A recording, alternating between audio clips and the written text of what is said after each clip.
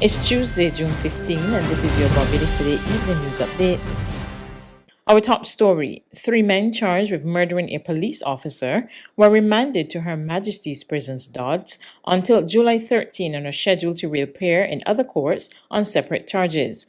43-year-old Corey Antonio Morris of Egret Drive, Graham Hall Parks, Christchurch, and also of Gooden Road, Station Hill, St. Michael, 26-year-old Jim Ron Fenty of 20B Downhill Drive, Eden Laws, St. Michael, and 16-year-old Jason Shaman Blenman of Powder Road, Station Hill, St. Michael, appeared before Acting Magistrate Gerard Richards in the Holtown Magistrates Court today. They were not required to plead to the indictable charge. Morris, Fenty, and Blenman are accused of murdering Acting Station Sergeant Newton Lewis on May 22nd, while he was responding to an attempted robbery at Rosehill, St. Peter. The Ministry of Housing, Lands and Maintenance today handed over a new-look building to the Quantity Surveyors Department of the Ministry of Transport Works and Maintenance.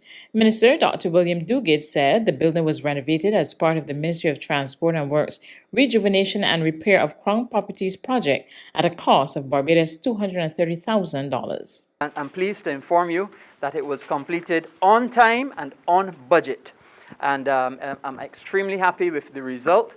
And I'm sure the Quantity Surveying Department that's about to take up residence here very, very shortly will be happy with the result as well.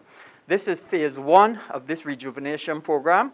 The next one we'll be doing is the warehouse building that you can see over to your left, to my right. And then following that will be the 3-story Barbados Water Authority building that we'll be rejuvenating as well. Minister in the Ministry of Transport, Works and Water Resources, Charles Griffith, says he's pleased that the rejuvenation project is working and he's hoping that it will soon be able to provide other buildings for citizens and other groups. I'm hoping that this will also extend not only to these major buildings, but we have some buildings at community level that I too believe can be repurposed, not only for the community, but the third sector. There's some organizations in the third sector that are looking for homes.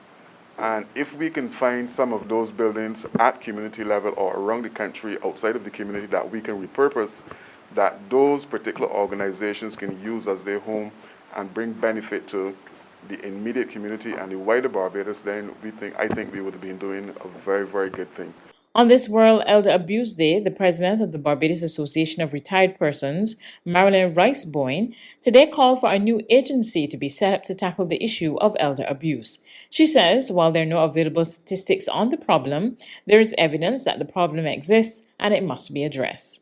BARP sees an urgency in the Ombudsman's office focusing on issues of elder abuse as a category, inasmuch as it relates to a violation of human rights, but also in the area of conflict resolution. And we must add another mantra: break the cycle. It may sound trite, but the youth will soon become elders, and the abuse any of them mete out to their elders will in turn be meted out to them, because our children learn from us. Rice-Boyne also urged Barbadians to speak out against elder abuse. In order to deal with a problem, we need to know through research and analysis the extent of the problem. That is why the mantra, see something, say something, is very relevant as it relates to the scourge of elder abuse. We are not intruding if we speak out, but rather doing our civic duty. There's regional and international news after this short break.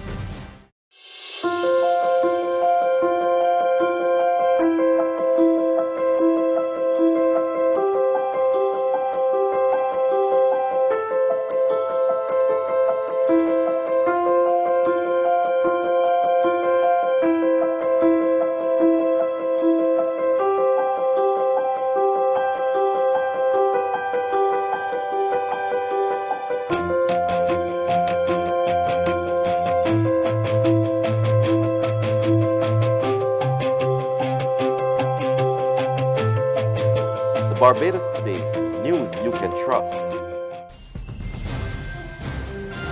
To regional news, in Trinidad and Tobago, almost 1,000 cases of elder abuse have been reported for the first 5 months of this year. Word of this from Director of the Division of Aging, Hyacinth Blake. More in this report from TTT News. The abuse of people over age 60 and older is widespread globally. According to the World Health Organization, elder abuse occurs to 1 in 6 adults worldwide, which is roughly 141 million people. That figure from 2017 has increased during the COVID-19 pandemic, as studies indicate that the abuse has intensified globally. Director of the Division of Aging, Dr. Harrison Blake, has noted that in Trinidad and Tobago, there have been fewer reports during the pandemic.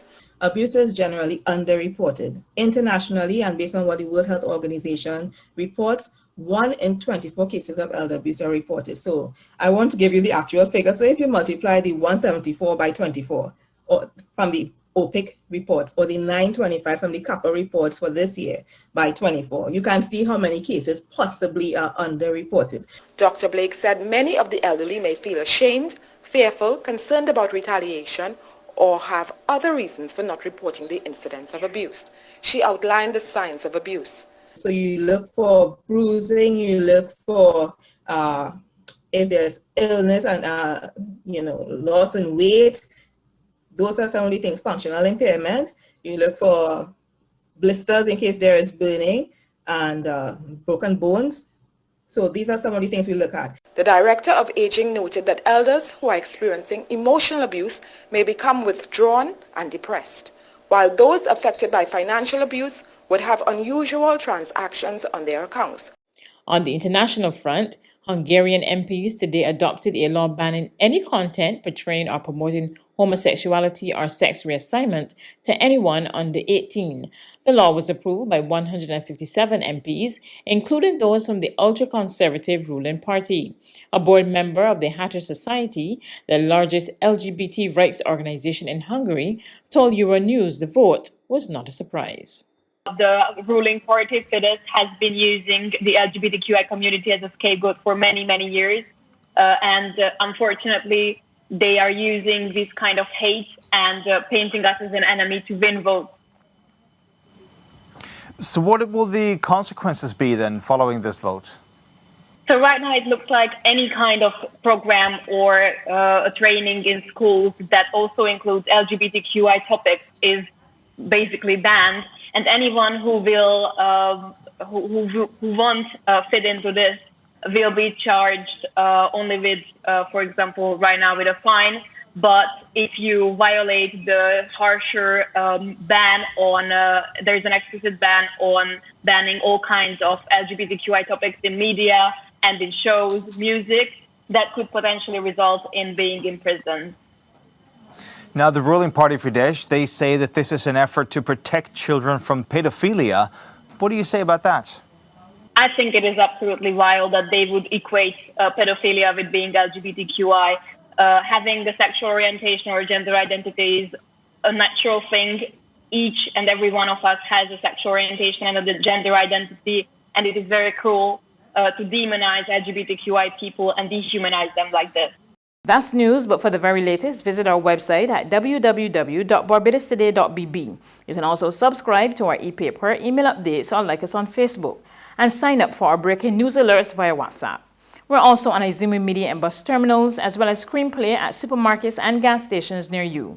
You can also hear us on Mix 96.9 FM and Capital Media HD 99.3 FM.